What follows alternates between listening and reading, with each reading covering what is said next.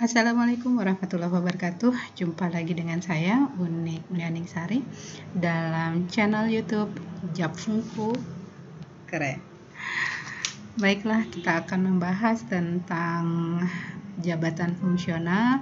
Sebenarnya yang saya sampaikan ini adalah jabatan fungsional pengembang teknologi pembelajaran, namun apa yang saya sampaikan dapat diimplementasikan juga dalam jabatan fungsional lainnya seperti arsiparis, peranata humas, peranata komputer, dan juga jabatan fungsional lainnya, terutama bagi mereka yang baru saja menduduki jabatan fungsional tertentu, mungkin karena impasing, penyetaraan, atau memang formasi untuk jabatan fungsional tertentu. Itu.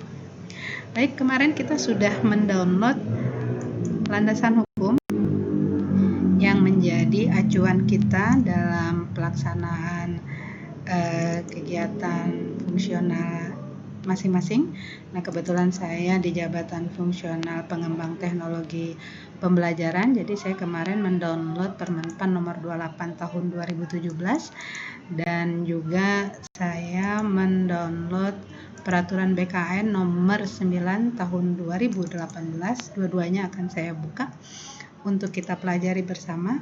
Nah, ini Permenpan RB nomor 28 tahun 2017. Di sini telah ditetapkan ketentuan umumnya, pengertian dari jabatan fungsional dan lain sebagainya. Kemudian rumpun jabatannya, jabatan fungsional pengembang teknologi pembelajaran termasuk dalam rumpun pendidikan dan lainnya, sehingga untuk jabatan fungsional ini instansi pembinanya adalah Kementerian Pendidikan dan Kebudayaan. Nah, di dalam Permenpan RB nomor 28 tahun 2017 ini sudah disebutkan item-item dari kegiatan atau butir kegiatan di dalam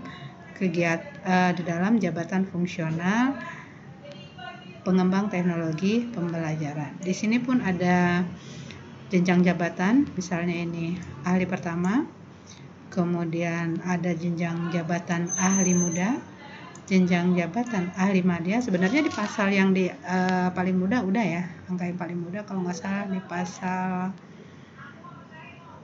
kita lihat di pasal pasal 4 ada ahli pertama, ahli muda, ahli madya, dan ahli utama. Nah, di bagian lampiran, lampiran 1 ini adalah rincian butir kegiatan dan angka kredit jabatan fungsional pengembang teknologi pembelajaran dan angka kreditnya. Di sini udah jelas. Unsur pendidikan ada 2 subunsur, ada 3 subunsur dengan butir kegiatan.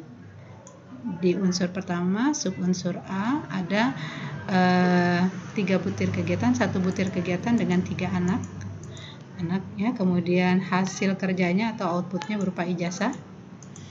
Angka kreditnya 200, 150, dan 100. Baik, pelaksana tugasnya adalah semua jenjang. Ini adalah rincian butir kegiatan secara menyeluruh. Namun pada kegiatan unsur utama pengembang teknologi ini pembelajaran, analis pengkajian, itu tidak lagi semua jenjang seperti pendidikan, melainkan sesuai dengan jenjang jabatan. Nah, untuk butir kegiatan pertama menganalisa kebutuhan teknologi pembelajaran berdasarkan kurikulum yang berlaku sesuai dengan jenis, jalur, dan jenjang pendidikan. Ini terbagi antara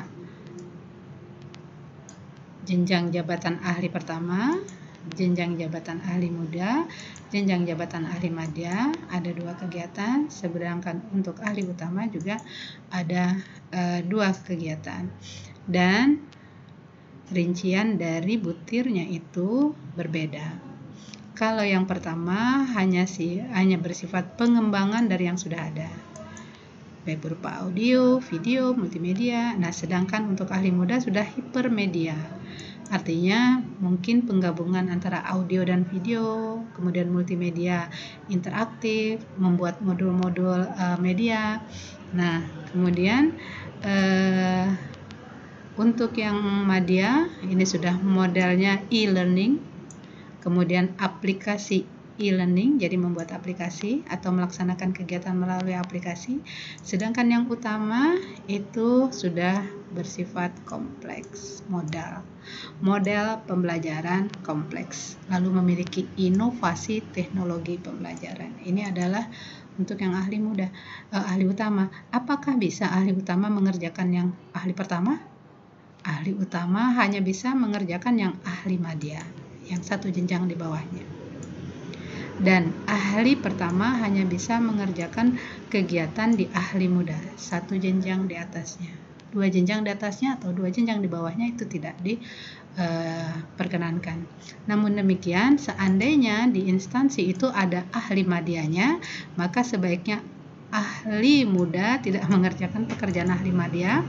Begitu pula sebaliknya, kalau misalnya di instansi itu ada ahli mudanya, maka ahli madya sebaiknya tidak mengerjakan pekerjaan ahli muda.